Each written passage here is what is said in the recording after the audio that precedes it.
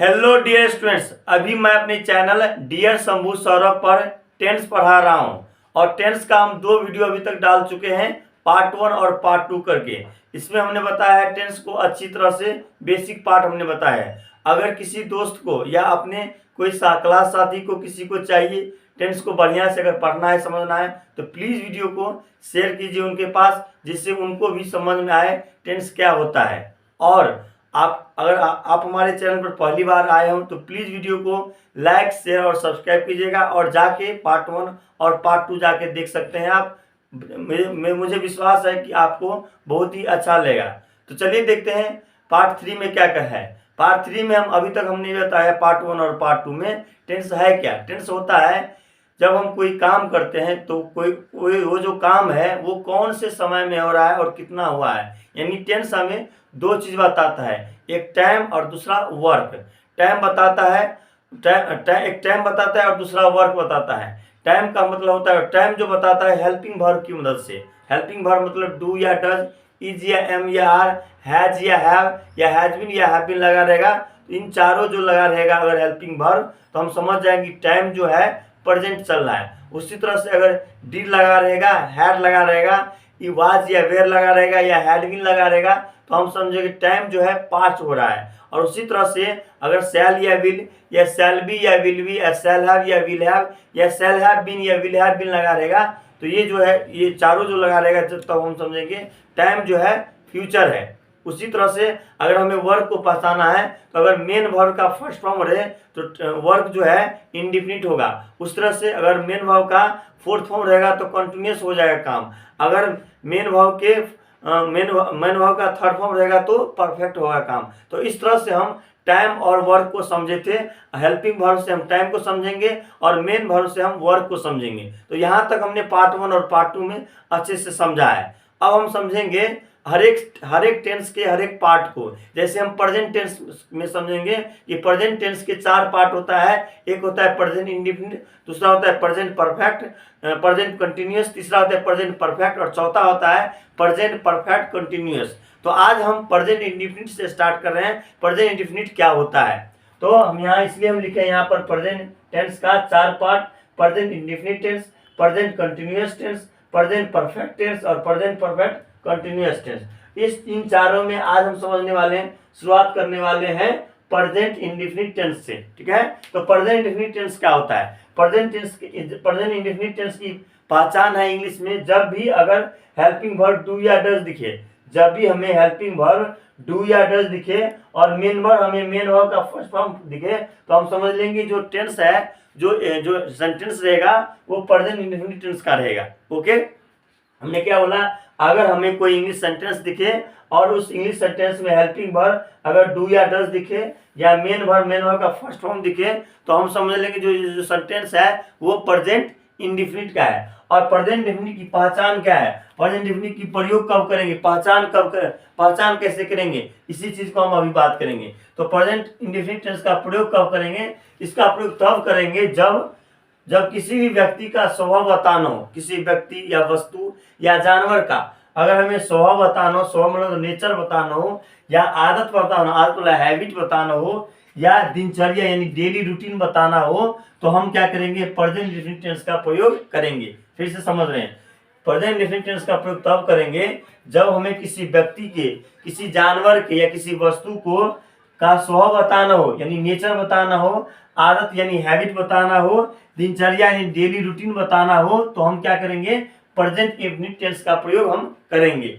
और हिंदी में कैसे पहचानेंगे, अगर हमें इंग्लिश में पहचानना हो प्रेजेंट इंडिफिनिट टेंस का सेंटेंस कौन सा है, तो डू डज देखना है हेल्पिंग वर्ब और मेन वर्ब का फर्स्ट फॉर्म देखेंगे और जैसे ही देखेंगे तो समझ जाएंगे कि प्रेजेंट इंडिफिनिट टेंस है। लेकिन अगर हिंदी में पहचान करनी है, प्रेजेंट इंडिफिनिट टेंस की हिंदी में पहचान करनी है, हम कैसे पहचानेंगे कि जिस हिंदी सेंटेंस के अंत में लास्ट में जो है ता हूं या ती हूं या ते है या ती हूं या ते हो, ती है या ता है, रहता है, तो उससे प्रेजेंट इंडिफिनिट टेंस में कहेंगे। ठीक है, ये सब याद रखना, नॉर्मल बात है। जब भी हिंदी सेंटेंस के लास्ट में, ठीक है, हिंदी में पहचानेंगे कि जब हिंदी सेंटेंस के लास्ट में ता हूं, ती है, ते है, ती हो, ते हो, ती है, ता है लगा रहता है, तो उसको हम प्रेजेंट इंडेफिनिट टेंस में हिंदी में पहचानेंगे। और इंग्लिश में पहचान है डू या डज और मेन वर्ब का फर्स्ट फॉर्म। ओके, और इसका एग्जांपल जैसे मान लो मैं खाता हूँ, देखो लास्ट में ता हूँ लगा है, इसका मतलब क्या है, ये जो सेंटेंस है हिंदी सेंटेंस वो प्रेजेंट इंडेफिनिट टेंस का है। उस तरह से तुम खेलते हो, ते हो लगा है, ते हो लगा है, इसका मतलब क्या हुआ, ये प्रेजेंट इंडेफिनिट टेंस का है। गाय घास खाती है, ती है लगा, इसका मतलब क्या हुआ, ये प्रेजेंट इंडेफिनिट टेंस का है। मतलब ये हुआ कि लास्ट में अगर ता हूँ, ती हूँ, ते है, ती हो, ती है और ता है लगा रहेगा, तो हम क्या समझ जाएंगे कि ये जो सेंटेंस है वो प्रेजेंट इंडेफिनिट टेंस का रहेगा। उसी तरह से राम और श्याम जाते हैं, ते है लगा है, इसका मतलब क्या हुआ, ये जो है प्रेजेंट इंडेफिनिट टेंस का है। वे लोग रात में पढ़ते हैं, ये सब क्या है, प्रेजेंट इंडेफिनिट टेंस का। ये पांचों जो सेंटेंस है वो प्रेजेंट इंडेफिनिट टेंस का है। क्यों? क्योंकि ये जो है किसी व्यक्ति का या किसी जानवर का या किसी वस्तु का स्वभाव बताता है, चाहे आदत बताता है, चाहे दिनचर्या बताता है। जैसे मैं खाता हूँ, हो सकता है इसकी दिनचर्या हो सकता है उसकी हैबिट हो, या हो सकता है उसके नेचर हो। जैसे गाय घास खाती है, तो खाना क्या है, उसका हैबिट हो सकता है या उसका नेचर हो सकता है, तो या उसकी डेली रूटीन हो सकती है, या कुछ न कुछ इनमें से है। तब जाके हम अगर इनमें से मिलेगा, अगर स्वभाव मिलेगा या चाहे आदत मिलेगा, चाहे दिनचर्या मिलेगा, तब हम समझेंगे जो सेंटेंस है वो प्रेजेंट इंडेफिनिट टेंस का है। मुझे लग रहा है कि आप लोग समझ गए होंगे कि प्रेजेंट इंडेफिनिट टेंस क्या होता है। प्रेजेंट इंडेफिनिट टेंस का प्रयोग तब करेंगे जब हमें किसी व्यक्ति का स्वभाव बताना हो, जब हमें किसी व्यक्ति का नेचर बताना हो, जब हम किसी व्यक्ति का दिनचर्या बताना हो, या किसी व्यक्ति का डेली रूटीन बताना हो, तो हम प्रेजेंट इंडेफिनिट टेंस का प्रयोग हम करेंगे। अब हिंदी में और इंग्लिश में पहचान कैसे करेंगे, कैसे किसी सेंटेंस को देखेंगे तो कैसे समझ जाएंगे कि प्रेजेंट इंडेफिनिट टेंस का है। अगर हमें इंग्लिश में पहचान करनी है तो इंग्लिश में अगर हमें हेल्पिंग वर्ब डू या डज दिखे और मेन वर्ब का फर्स्ट फॉर्म दिखे, तो इंग्लिश में समझ जाएंगे कि ये जो सेंटेंस है वो प्रेजेंट इंडेफिनिट टेंस है। और अगर हिंदी में पहचान करना हो तो ता है, ती है, ते है, ती है, ये सब लगा रहे, तो क्या समझ जाएंगे कि हिंदी में ये जो है ये प्रेजेंट इंडेफिनिट टेंस है। मुझे लग रहा है आप लोग समझ गए होंगे। अब हम कुछ जो है यहाँ पर हर एक जो है हर एक टेंस का 6 सेंटेंस होता है। 6 सेंटेंस, एक होता है अफर्मेटिव, दूसरा होता है निगेटिव सेंटेंस, तीसरा होता है इंट्रोगेटिव अफर्मेटिव, चौथा होता है इंट्रोगेटिव निगेटिव सेंटेंस, पांचवा होता है double S family affirmative sentence और double S family negative sentence. तो 6 प्रकार का सेंटेंस होता है। तो हर एक सेंटेंस को आप पढ़ेंगे, बढ़िया से बारीकी से पढ़ेंगे, ठीक है। अब हम पहले बात कर रहे हैं अफर्मेटिव सेंटेंस का। अफर्मेटिव सेंटेंस क्या होता है? अफर्मेटिव सेंटेंस ये होता है जिस सेंटेंस में हिंदी में नहीं लगा रहेगा तो उसको हम समझेंगे अफर्मेटिव सेंटेंस, यानी नहीं कहीं नहीं मिलेगा। अगर नहीं मिल जाएगा तो निगेटिव सेंटेंस हो गया। नहीं अगर नहीं हो तो तो अफर्मेटिव सेंटेंस होता है। जैसे हम तो इस अफर्मेटिव सेंटेंस को बनाने के लिए हम सबसे पहले हम सब्जेक्ट रखेंगे, फिर मेन वर्ब का फर्स्ट फॉर्म रखेंगे, उस मेन वर्ब के फर्स्ट फॉर्म में एस या एस का प्रयोग करेंगे और फिर ऑब्जेक्ट लगाएंगे। ओके, अगर हमें कोई सेंटेंस हम बनाते हैं तो सेंटेंस बनाने के लिए हमें इंग्लिश में सब्जेक्ट की जरूरत पड़ती है, फिर हमें वर्ब की जरूरत पड़ती है और हमें जरूरत पड़ती है ऑब्जेक्ट की जरूरत पड़ती है। ओके, ये 3 चीजों की जरूरत पड़ती है कोई भी सेंटेंस बनाने के लिए। तो सब्जेक्ट हो गया, मेन वर्ब हो गया, इसमें एस या एस लगाएंगे और ऑब्जेक्ट होता है। ये एस या एस क्या होता है अभी हम बता रहे हैं, एस या एस का क्या होता है, यानी ये एस या एस का प्रयोग कब करना है ये हम समझेंगे। अभी क्या समझते हैं कि अगर प्रेजेंट टेंस के अफर्मेटिव सेंटेंस में डू या डज का प्रयोग कभी नहीं होता है, ठीक है। याद रखना है, बहुत इंपॉर्टेंट लाइन है कि अगर हमें प्रेजेंट इंडेफिनिट का अफर्मेटिव सेंटेंस बनाना हो तो कभी भी उसमें डू या डज का प्रयोग नहीं होता है। जैसे इस स्ट्रक्चर में देखो, कहीं डू या डज है क्योंकि ये अफर्मेटिव सेंटेंस है और अफर्मेटिव सेंटेंस में डू या डज का प्रयोग कभी नहीं होता है। इसके बदले क्या होता है, मेन वर्ब के फर्स्ट फॉर्म में एस या एस का प्रयोग किया जाता है। ओके, तो प्रेजेंट टेंस के अफर्मेटिव सेंटेंस में डू या डज का प्रयोग नहीं होता है। बाकी सभी सेंटेंस चाहे वो निगेटिव हो, चाहे वो इंट्रोगेटिव हो, चाहे वो डबल एस फैमिली हो, ठीक है, उन सभी सेंटेंस में डू या डज का प्रयोग होगा, लेकिन अफर्मेटिव सेंटेंस में डू या डज का प्रयोग नहीं होता है। ओके, अब यहाँ बताया अभी मेन वर्ब के फर्स्ट फॉर्म में एस या एस का प्रयोग करना है, लेकिन कैसे प्रयोग करना ये समझते हैं। अगर मेरा सब्जेक्ट, अगर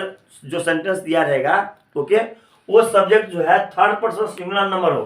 थर्ड पर्सन सिंगुलर नंबर कौन कौन सा है, जैसे ही हुआ, सी हुआ, इट हुआ, कोई नाम केवल एक, चाहे हुआ बॉय, कैट, हॉर्स, डॉग, ये सब क्या हुआ third person singular number. Third person होता है किसी के बारे में बात करते हैं, और सिंगुलर होता है केवल एक, यानी जो केवल एक हो और जो है वो थर्ड पर्सन हो, वो होता है थर्ड पर्सन, जिसके बारे में चर्चा करते हैं वो होता है थर्ड पर्सन सिंगुलर नंबर। तो सब्जेक्ट अगर थर्ड पर्सन सिंगुलर नंबर हो तो मेन वर्ब के फर्स्ट फॉर्म में एस या एस का प्रयोग होगा। ठीक है, अगर ही होगा, अगर वह हो गया लड़का, वह हो गया लड़की, तो अगर ही, सी, इट, ओके, नेम कोई हो केवल एक, बॉय, गर्ल, कैट, ये सब एक हो तो वो सभी थर्ड पर्सन होता है। और थर्ड पर्सन सिंगुलर नंबर के साथ क्या होगा, केवल अगर होगा तो अगर सब्जेक्ट रहेगा तो मेन वर्ब के फर्स्ट फॉर्म में, ठीक है, मेन वर्ब के फर्स्ट फॉर्म में एस एस का प्रयोग होगा। ठीक है, अभी हम ट्रांसलेशन में समझेंगे। और बाकी सभी के सब्जेक्ट के साथ मेन वर्ब के फर्स्ट फॉर्म में एस एस का प्रयोग नहीं होगा, यानी सिर्फ अगर हमें subject third person singular number हो तो मेन वर्ब में एस एस का प्रयोग करना है, और थर्ड पर्सन सिंगुलर नंबर नहीं हो बाकी सभी के साथ एस एस का प्रयोग नहीं करना है। ओके, अब जैसे हम ट्रांसलेशन देखते हैं, इसको हम कैसे बनाएंगे। जैसे लिखा है सीता नाचती है, ओके, सीता नाचती है, सबसे पहले ती है लगा है, इसका मतलब क्या है कि ये जो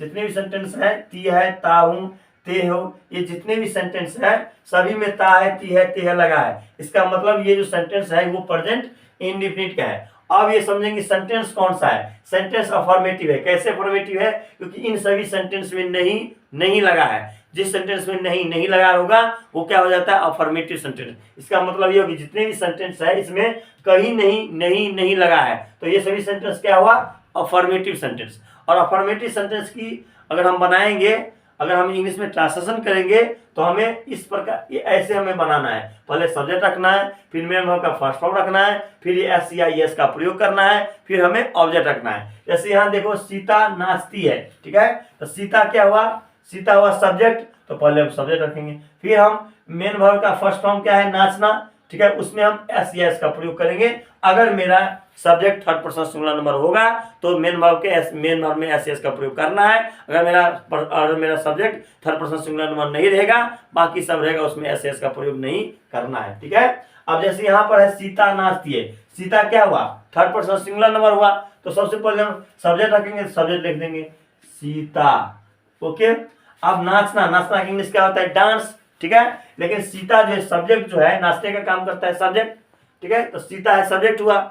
ओके, तो सीता क्या हुआ, सब्जेक्ट, तो सीता के अनुसार जो है एस एस का प्रयोग होगा, क्योंकि अब सीता देखो थर्ड पर्सन सिंगुलर नंबर है, तो मेन वर्ब में एस एस का प्रयोग होगा कि नहीं होगा, क्यों, क्योंकि सीता जो है थर्ड पर्सन सिंगुलर नंबर है। तो क्या हो जाएगा, सीता डांसेज, सीता डांसेज। अब बहुत लोग सोच रहा होगा ऑब्जेक्ट नहीं लिखे, ऑब्जेक्ट इसलिए नहीं क्योंकि ऑब्जेक्ट है ही नहीं, ऑब्जेक्ट रहता तो लिखते मैं।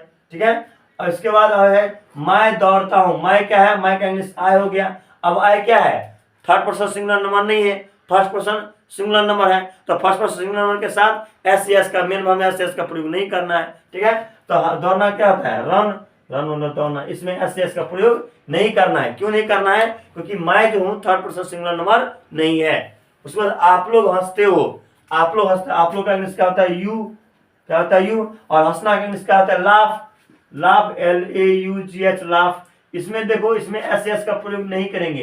क्यों नहीं करेंगे, क्योंकि यू जो है थर्ड पर्सन सिंगुलर नंबर नहीं है। उसी तरह से हम लोग स्कूल जाते हैं, क्या करेगा, हम लोग का क्या हो गया, we go to school, we go to school. यहाँ पर देखो ये जो वी है वो थर्ड पर्सन सिंगुलर नंबर नहीं है, फर्स्ट पर्सन प्लूरल नंबर है, और इसलिए मेन वर्ब में एस एस का प्रयोग नहीं होगा। तो वी गो टू स्कूल, और स्कूल क्या हुआ, ऑब्जेक्ट। ठीक है, उस तरह से है मेरा भाई खेलता है, मेरा भाई क्या है, एक लोग है और थर्ड पर्सन है, तो मेरा भाई का क्या होता है, सब्जेक्ट माय ब्रदर, और खेलना के लिए क्या होता है, प्ले, तो प्ले हो जाएगा। अब यहाँ पर एस एस का प्रयोग करेंगे कि नहीं करेंगे, क्यों करेंगे, क्योंकि मेरा भाई जो है थर्ड पर्सन सिंगुलर नंबर, तो यहाँ पर क्या करेंगे, इसमें प्ले में एस या एस का प्रयोग करेंगे, तो माय ब्रदर प्लेज। उस तरह से मेरा भाई लोग खेलते हैं, अब मेरा भाई लोग क्या हुआ, थर्ड पर्सन प्लूरल नंबर हो गया। ये मेरा भाई एक लोग है तो थर्ड पर्सन सिंगुलर है, लेकिन मेरा भाई लोग है तो एक से ज्यादा है तो थर्ड पर्सन प्लूरल, तो माय ब्रदर्स हो गया, माय ब्रदर्स। और जब आप तो थर्ड पर्सन प्लूरल नंबर हो तो उसके साथ मेन वर्ब में एस एस का प्रयोग नहीं होता है। क्या हो जाएगा, माय ब्रदर्स प्ले, तो इस तरह से हम बनाएंगे। और बाद बाकी जो है 7, 8, 9, 10 जो भी ये भी ट्रांसेक्शन है 7, 8, 9, 10 ये आप लोग के लिए छोड़ रहा हूँ। इसको कमेंट में आप इसका आंसर बताइए। अगर आप सही सही आंसर बताइए तो मुझे बहुत ही खुशी मिलेगी, क्योंकि हम बहुत ही मेहनत करते हैं जिससे आपको कुछ सीखने को मिले। अगर आप बता दीजिए तो मुझे भी बहुत ही खुशी मिलेगी। और आपको अगर अच्छा लगा हो वीडियो को तो प्लीज़ वीडियो को लाइक, शेयर और सब्सक्राइब कीजिएगा और दोस्तों के साथ शेयर कीजिएगा। इसका स्क्रीनशॉट लेना है तो आप ले सकते हैं। Thank you.